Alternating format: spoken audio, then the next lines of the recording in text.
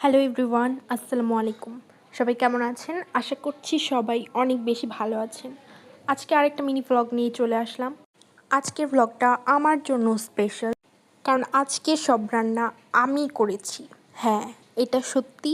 আজকে আম্মু আমাকে কোনো হেল্প করেনি। আর তোমাদের জন্য আজকে ভিডিও বানাতে গিয়ে আজকে যে আমাকে কত কিছু করতে হয়েছে।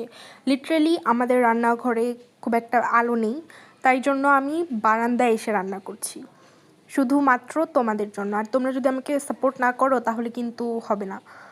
আমাকে ফলো করবে এবং আমার সবগুলো ভিডিওতেই কিন্তু তোমরা লাইক, কমেন্ট, শেয়ার করে দেবে। তো আজকে রান্না করছিলাম এখানে মুরগির মাংস আর পোলাও রান্না করেছিলাম। সিম্পল খাবার, আসলে গরমকালে না সিম্পল খাবারগুলোই অনেক বেশি ভালো লাগে। তো এখানে মুরগির মাংসটা রান্না করার আগে আমি মুরগিটাকে ভালো মতো ভেজে নিয়েছি, আর আলু দিচ্ছি তাই সেটাও কিন্তু আমি ভেজে নিয়েছি।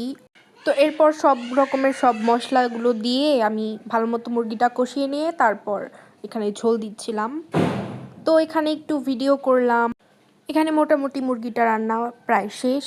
লাস্টে আমি কিছু কাঁচামরিচ দিয়ে দিয়েছি আস্ত, আর একটা মশলার গুঁড়া দিয়েছি। তারপর এখানে পোলাও রান্নার আয়োজন শুরু করে দিলাম। এখানে পেঁয়াজ দিয়ে বেরেস্তা করে নিয়েছি, তার ভেতরে তেজপাতা, দারচিনি, সাদা এলাচ, কালো এলাচ দিয়ে ভালো মতো ভেজে তার ভেতরে পোলাওর চাল দিয়েছি। চাল দিয়ে সেটাকে নেড়ে ভালো মতো ভেজে নিচ্ছিলাম। তোমরা কে কে পোলাওয়ের সাথে মুরগির মাংস খেতে পছন্দ করো কমেন্ট করে কিন্তু জানাবে। আর পোলাওয়ের সাথে কিন্তু বেগুন ভাজিটা খেতে আমার বেশ ভালোই লাগে। সেদিন বেগুন ভাজি ছিল, বাট আমার খাওয়া হয়নি। তো এখানে ভাজা শেষ পোলাওটা, এই পর্যায়ে এত সুন্দর একটা স্মেল আসে কি বলবো। তো চালটা ভাজা শেষ হলে এখানে গরম পানি অ্যাড করতে হবে।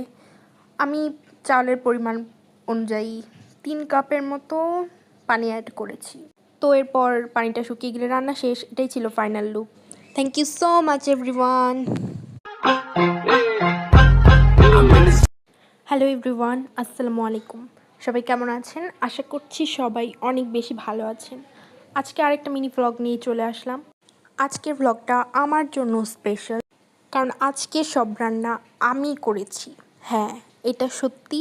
আজকে আম্মু আমাকে কোনো হেল্প করেনি। আর তোমাদের জন্য আজকে ভিডিও বানাতে গিয়ে আজকে যে আমাকে কত কিছু করতে হয়েছে।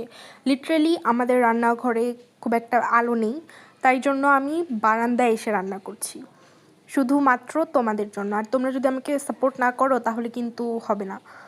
আমাকে ফলো করবে এবং আমার সবগুলো ভিডিওতেই কিন্তু তোমরা